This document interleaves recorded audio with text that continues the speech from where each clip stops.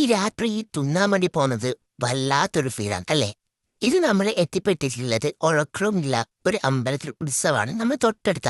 അപ്പൊ മാന്യന്മാരായ ഭക്തജനങ്ങൾ എന്ത് വിചാരിക്കും?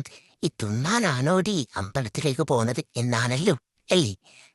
പ്രാർത്ഥിച്ച് പ്രാർത്ഥിച്ച് എനിക്കും മടുത്തു, അത് കേട്ട് കേട്ട് ഭഗവാനും മടുത്തു. അപ്പൊ പിന്നെ അതിന്റെ ആ വഴിക്ക് ചിന്തിക്കണ്ടല്ലോ. അപ്പൊ പുറത്തുനിന്ന് അങ്ങ് സാഷ്ടാംഗം അങ്ങ് പ്രണമിച്ച് ഞങ്ങൾ വന്ന് പണി അങ്ങ് തുടങ്ങി.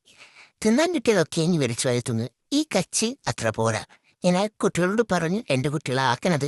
അപ്പൊ ചേച്ചിയുടെ ഭാഗത്തുനിന്ന് എന്തെങ്കിലും ഒരു അഭിപ്രായം വേണ്ട രീതിയിൽ അവനോട് ഞാൻ പറഞ്ഞു കൊടുത്തു, മണി കുറച്ച് ഉപ്പ്, കുറച്ച് പുളി, കുറച്ച് എരിവ് എന്തെങ്കിലും ഒന്ന് ചേർക്കെ, ഇല്ലെങ്കിൽ അത് ഫ്ലോപ്പ് ആയിരിക്കും. എന്റെ എക്സ്പ്രഷൻ കണ്ടപ്പോൾ മനസ്സിലായോ അല്ലേ?